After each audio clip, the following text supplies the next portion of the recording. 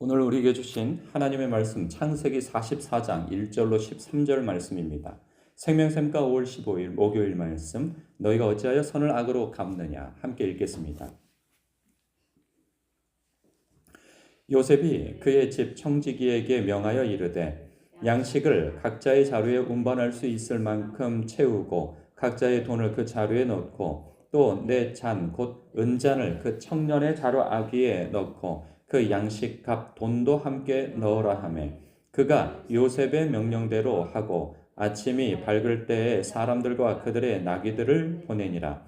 그들이 성읍에서 나가 멀리 가기 전에 요셉이 청지기에게 이르되 일어나 그 사람들의 뒤를 따라가서 그들에게 이르기를 너희가 어찌하여 선을 악으로 갚느냐 이것은 내 주인이 가지고 마시며 늘 점치는 데에 쓰는 것이 아니냐 너희가 이같이 하니 악하도다 하라.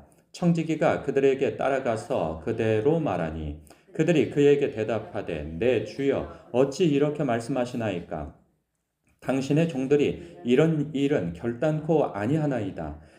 우리 자루에 있던 돈도 우리가 가나안 땅에서부터 당신에게로 가져왔거늘 우리가 어찌 당신의 주인의 집에서 은금을 도둑질하리이까 당신의 종들 중 누구에게서 발견되든지 그는 죽을 것이요 우리는 내 주의 종들이 되리이다. 그가 이르되 그러면 너희의 말과 같이 하리라. 그것이 누구에게서든지 발견되면 그는 내게 종이 될 것이요 너희는 죄가 없으리라. 그들이 각각 급히 자루를 땅에 내려놓고 자루를 각기 푸니 그가 나이 많은 자에게서부터 시작하여 나이 적은 자에게까지 조사하매 그 잔이 베냐민의 자루에서 발견된지라. 그들이 옷을 찢고 각기 짐을 나귀에 싣고 성으로 돌아가니라. 아멘. 요셉은 형제들에 대한 이 최종 테스트를 행하기 시작하죠. 막내 동생을 이 볼모로 잡아서 자신 곁에 두려고 누명을 덮여 씌웁니다. 굉장히 큰 위기에 놓여져 있어요. 그 야곱의 아들들은 아무것도 모르는 상태에서 이런 일을 당하니 너무나도 당혹스럽고 이건 뭐 청천벽력 같은 소리이죠.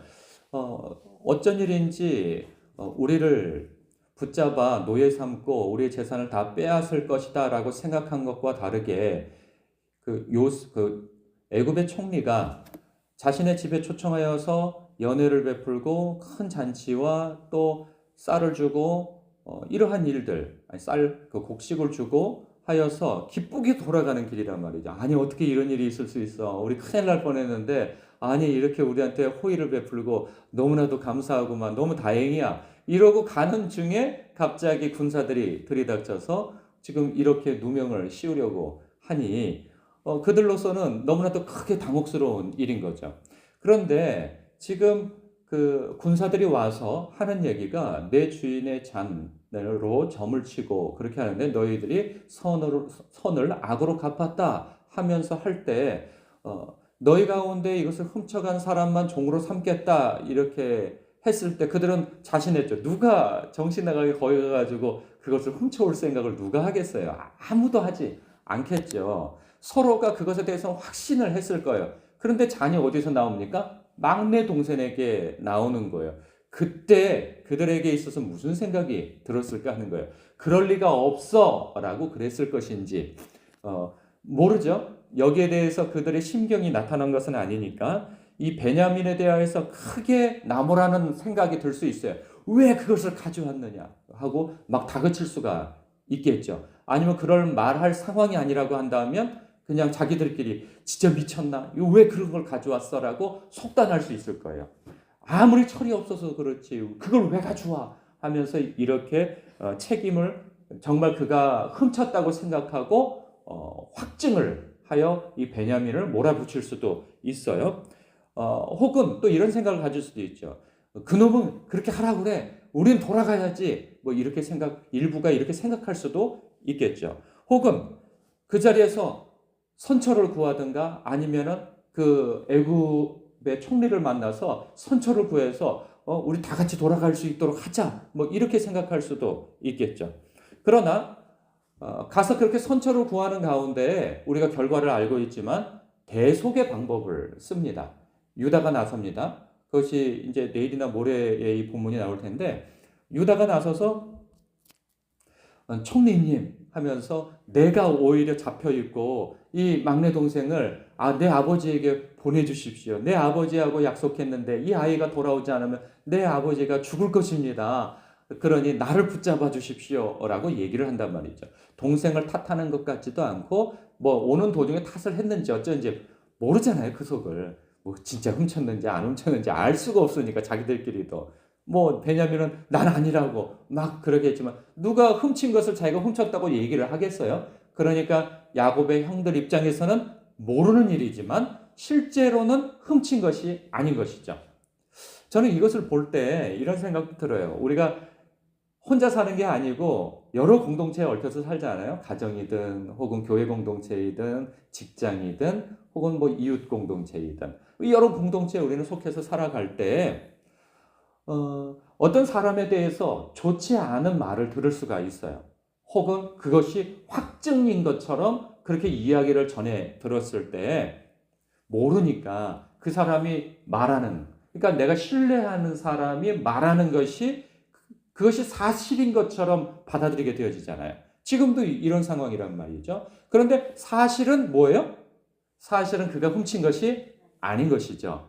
아닌 것이고 이것은 누명을 의도적으로 씌운 것인데 알 수가 없으니 누구 말을 믿을 수 없으니 지금 가장 부정적인 상황 가운데에서는 베냐민이 훔쳤다고 밖에 볼 수는 없는 거죠. 그래서 확증적으로 그래 내가 들은 것에 대해서 확증을 가질 때 오는 이 잘못된 판단을 할 수가 있다는 거예요. 사람에 대해서. 저는 이 말씀을 묵상하면서 그런 생각을 더 갖게 되어져요.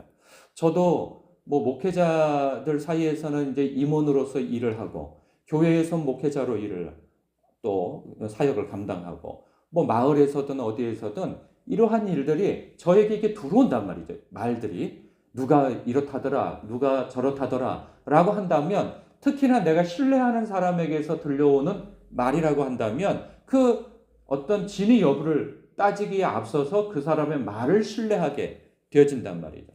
근데 이제 대부분은 저도 마찬가지고 누군가에 대해서 판단을 하고 어떤 이야기를 할 때에는 이것이 나라고 하는 필터를 걸러져서 내가 판단한 말을 하게 되어지는 거예요. 그러니까 사실 그대로를 이야기하기보다는 왠지 나도 모르게 거기에 뭔가 플러스 1이든 3이든 덧붙여서 내가 해석한 것에 대한 이야기를 할 경우가 있어요. 그러면 뭔가 일어난 상황에 대해서 해석이 붙어버리니 이것이 뭔가 왜곡이 되어질 수도 있다는 거죠. 그런 부분에 있어서 제가 여러 일들을 경험하면서 이게 나에게 들려온 것을 완전 100% 속단을 해서는 안 되겠구나. 그리고 그 들은 것으로 판단해서 무슨 결정을 내려서는 안 되겠구나. 혹은 어떤 판단을, 사람에 대한 어떤 판단을 완전히 내려서도 안 되겠구나. 대부분 맞기도 해요. 그러나 이게 억울한 일을 경험할 수도 있단 말이죠. 그래서 이런 부분에 있어서 참 조심스러운 판단을 해야 된다라는 그런 생각을 갖고요. 또 하나, 물론 이것이 주일 정도의 이 말씀이 이를 것이지만 속단의 방법을 쓰지 아니하고 대속의 방법을 쓰는 것을 봐요. 유다가 그래도 하나님 앞에 나중에 이 메시아가 오는 그런 축복을, 그 혈통으로부터 오는 축복을 받는 것이 내가 대신 죽는다면 죽겠고 내가 노예로 잡힌다면 잡힐 것이니 내 형제들을 다 보내주십시오 라고 그가 나서서 청하거든요. 그러한 방법으로 그가 대속의 방법을 쓸 때 이 대속의 방법을 본질적으로 쓰신 분이 누구예요? 예수 그리스도죠. 그 예수님께서 요한복음 15장에 이르러서는 이런 말씀을 하신 바가 있어요. 너희가 서로 사랑하라 라고 하는 말씀을 하실 때 내 형제를 위하여 죽는 사람이 가장 큰 사랑을 가지고 있는 사람이다 라고 말씀하시면서 당신이 대속의 방법으로 죽을 것에 대한 암시를 하시고 너희들은 또 내가 가르친 대로 내가 너희를 사랑한 방식대로 너희는 서로 사랑하여야 한다라는 말씀을 주시죠. 그런 부분에 있어서 예수님께서는 우리가 죄인 되었을 때 그리고 제자들이 또한 다 예수님을 버리고 부인하고 혹은 팔아 먹기까지 하였을 때조차도 사랑하시되 끝까지 사랑하셨다 하는 거죠. 그래서 내가 너희를 사랑한 것 같이 너희도 서로 사랑하라 하는 거예요. 혹 우리가 어떤 부분에 있어서는 의심이 되어진다 할지라도 그가 그리스도 안에서 우리의 형제라고 하는 것이 확인되어진다면 그 부분에 있어서는 우리가 주님이 말씀하신 이러한 사랑을 우리도 내비쳐야 된다는 거죠. 쉽지는 않아요. 이렇게 말하는 저도 쉽지는 않아요. 그러나 마지막 우리의 그 과정 속에서 결단을 내리기에 앞서서 우리의 마음이 아유 저런 인간을 어떻게 저런 사람을 내가 왜 그 사람을 왜라는 말을 잘 붙이잖아요. 내가 왜 그런 사람을 위해서 참아야 돼? 내가 왜 그런 사람을 위해서 내가 손해를 받아야 돼? 내가 왜 그런 뭐 이렇게 해석이 되어지잖아요. 이게 내 중심적인 나 중심적인 생각인 거죠. 그러나 우리가 예수 그리스도로 말미암는 사랑과 은혜를 덧입은 사람이라는 것을 안다면 십자가의 은혜가 나에게 어떻게 끼쳐졌는지를 안다면 우리는 결국에 가서는 주님이 뜻하시는 바를 따르게 되어 있다는 것이죠. 그래서 중요한 것은 무엇이냐? 우리의 삶 속에서 사랑의 열매를 맺는 것은 너무나도 중요한 일이지만 이건 의지로 되어지는 문제가 아닌 것 같아요. 성품의 문제도 아닌 거라는 생각이 들어요. 무엇이 이것을 가능케 하느냐? 그리스도의 사랑에 흠뻑 젖어 있어야 된다는 거예요. 내가 나를 향한 하나님의 그 크신 사랑에 흠뻑 젖어 있고 그것의 반응에 따라서 내가 하나님을 사랑하겠다고 하는 마음이 그렇게 연결되어져 있고 젖어 있지 않으면 예수 그리스도 하나님의 사랑에 내가 흠뻑 젖어 있지 않으면 우리는 그런 사랑을 행할 수가 없어요. 흉내도 못 냅니다. 그렇기 때문에 오늘도 여러 복잡한 그런 관계 속에서 서운하고 마음속에 어떤 사람에 대해서 좋지 않은 생각이 든다 할지라도 이러한 모든 것이 이 새벽에 다시 리셋, 새롭게 싹 밀어버리고 주님의 선한 마음과 사랑을 덧입게 하옵소서. 그래서 내가 사랑의 통로가 되게 하옵시고 복의 통로가 되게 하옵시고 덕의 통로가 되게 하옵시고 빛의 통로가 되게 하옵소서. 내가 존재하는 것 때문에 그런 불화한 공간 속에서도 화평이 이루어질 수 있도록 주님 도와주소서. 내가 주님의 선한 도구로 사용되어지게 하옵소서. 나의 입술이든 나의 표정이든 나의 선택이든 이 모든 것들이 주님이 뜻하시는 방향대로 내가 주님을 닮아 행할 수 있도록 주여 도와주옵소서. 우리에게 그런 기도가 있어야 할 것입니다. 기도하겠습니다.